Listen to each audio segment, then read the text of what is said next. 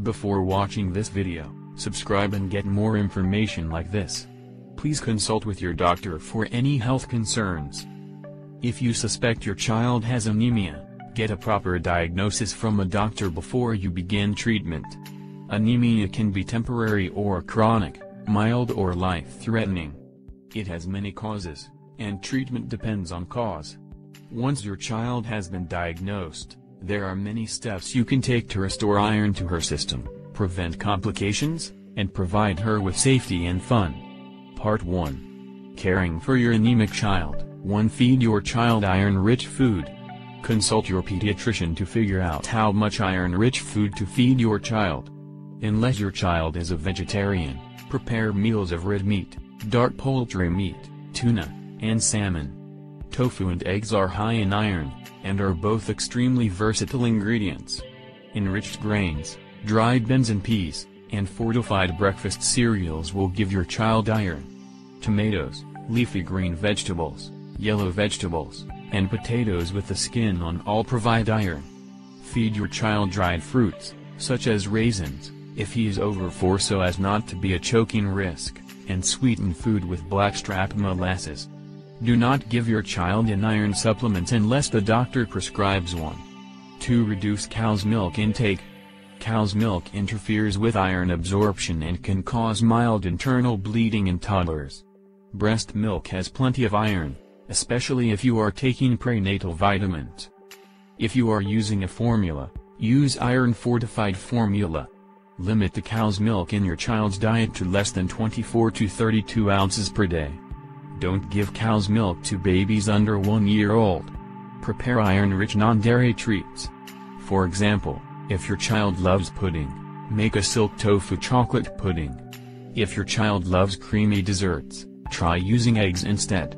Make a meringue and custard dessert, such as a pie or a floating island. 3. Give your child orange juice, not iced tea. Drinking coffee or tea with a meal will inhibit your child's iron uptake. Vitamin C can increase iron uptake, so offer a glass of orange juice instead. Give your child iron-fortified beverages or green juices for a change of pace. 4. Limit physical activity.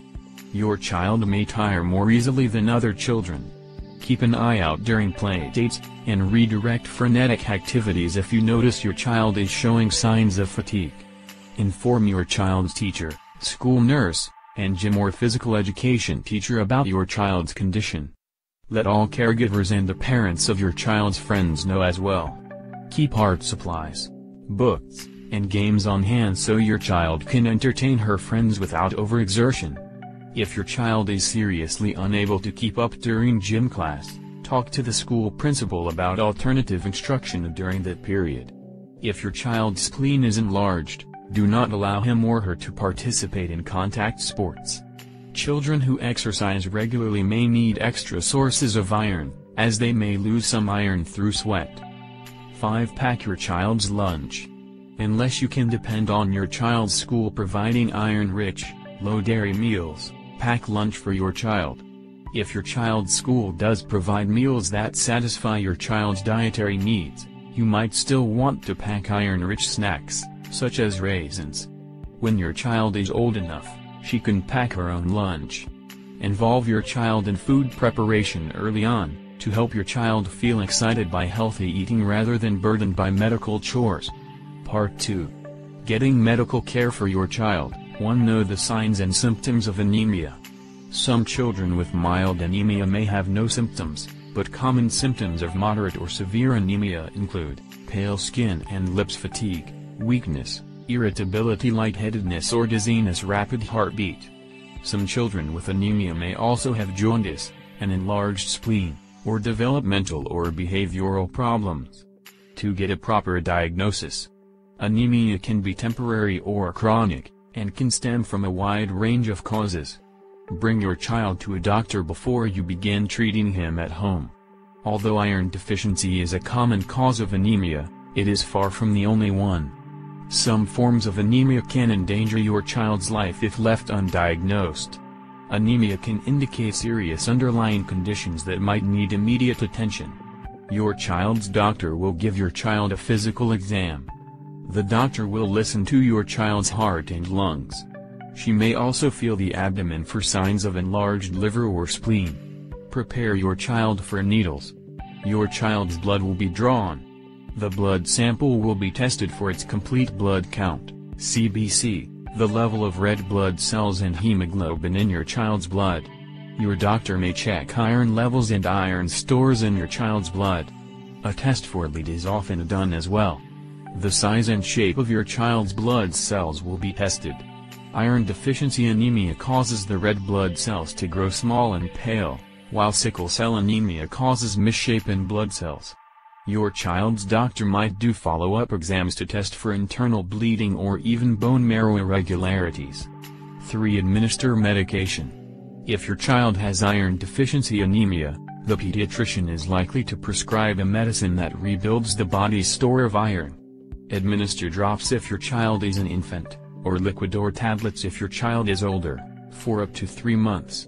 If your child has vitamin deficiency anemia, you may be limited to administering folic acid and vitamin B supplements.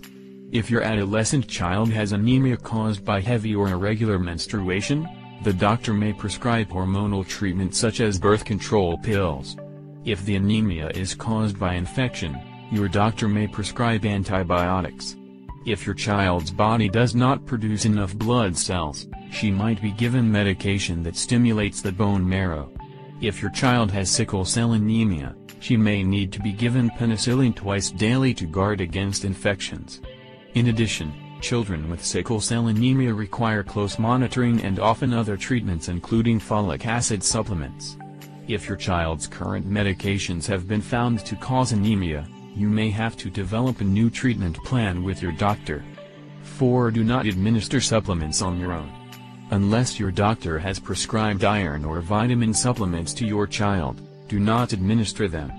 Do not give your child more iron supplements than prescribed. Iron can be toxic if your child takes too much of it. 5. Ask about blood transfusions. Children with severe or chronic anemia might require regular blood transfusions. If your child has sickle cell, aplastic, or hemolytic anemia, ask the doctor about blood transfusions. Blood can come from a bank, or from a non-anemic family member or friend. This person's blood will have to be screened before donations can begin. 6. Ask about bone marrow transplants. If your child has sickle cell anemia, aplastic anemia, or thalassemia, your doctor may recommend bone marrow transplantation. For bone marrow transplantation, bone marrow cells from a donor are injected into your child's vein. The cells travel from your child's bloodstream to his bone marrow, and produce new cells once they have arrived. 7. Ask about surgery. If your child has an iron deficiency, she may have internal bleeding which could require surgery to stop. If your child has thalassemia or hemolytic anemia, it may be helpful to remove her spleen. This is not always the case, but in severe cases your doctor may recommend it. The owner of this channel does not share the opinion nor is responsible for what is expressed in this video. This information does not belong to the creator of this video production, as it was extracted from the source presented on the description here. This production was made only for information purposes and cannot be used as a medical advice, diagnosis or treatment. Subscribe and share this video with your friends on Facebook and Twitter to get more information like this. Thank you for watching our channel. See you next video.